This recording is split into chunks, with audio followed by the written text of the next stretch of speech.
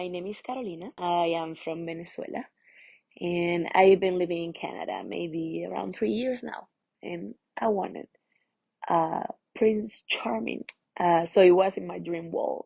And when I met him, he was everything that I was looking for, at least physically. He was very charming at first, saying the right things. He's Canadian, he's from Calgary. So we met online. I was living in Peru at the time because of the political situation in Venezuela. I'm very adventurous. I went to the jungle and all of these amazing things in Peru. And he loved that.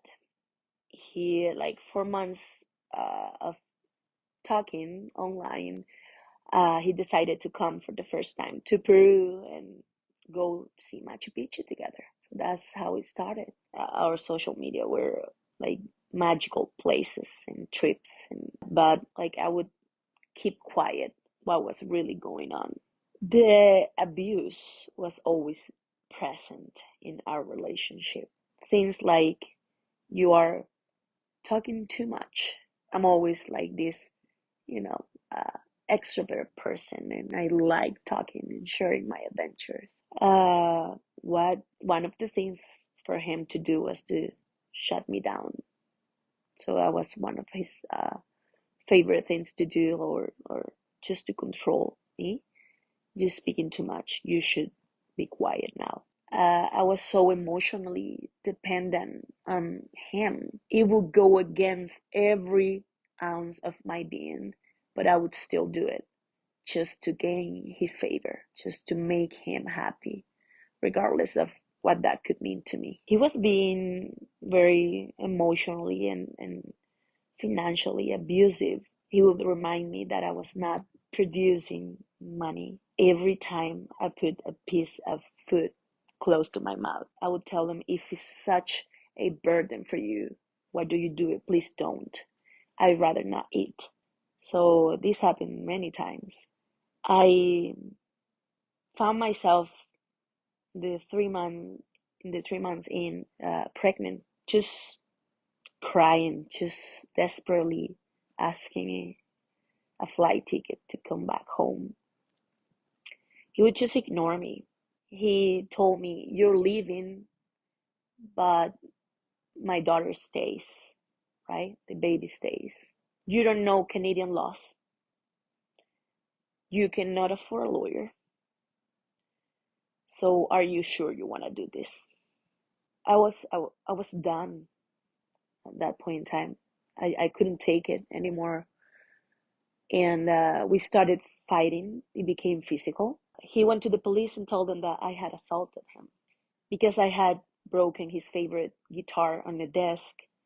They charged me with assault and assault with weapon because I was holding the guitar. He, of course, told his side of the story. I was never allowed to give mine. I say they do not understand what non-physical violence looks like, and how I was very close to even take my life because I was going through that. Being in that cell, right? And going to my knees and just sing prayers. I used to sing in a church, and I just came back home to God. And I remember just singing prayers to my daughter, not to lose my mind. And I would say my daughter saved my life. Officers were very um, kind to me, and they brought me back home. There was a emergency protection order, so we could not see each other. It's like I could breathe, when you actually can like deeply breathe and get all of that air in your lungs. I was able to do that. That I had to be in a cell to start being free was for me uh, an amazing revelation. And then I started asking myself, well, if because I am a lawyer um, in Venezuela, and said that if there are rights that protect me in Venezuela, there are rights that protect me here. I was made to believe by him that I didn't have the same rights because I wasn't Canadian and he was. And it's the biggest myth. I just started to go to court. The first thing I went and request was a parenting order. Our first court date. It was a victory for me because a judge basically told him he was not right and that he had obligations. And he brought me here and that he had to be accountable about that. All of that just gave me the fire, right? To just go back and educate myself in here. I am a lawyer in Venezuela, which is a civil legal system, and you have common law in here. However, the system is very, um, or the principles are the same.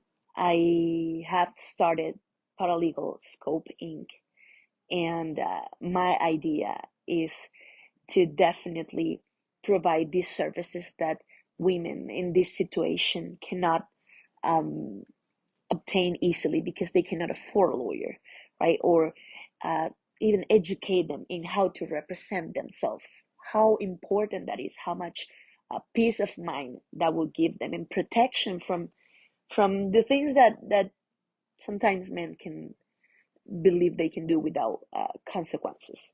You're not alone in your fight.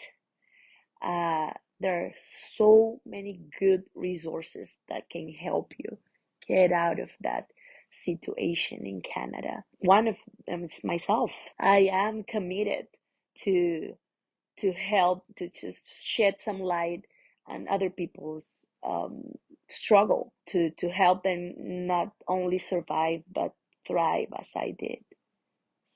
Yeah, no, you're not alone.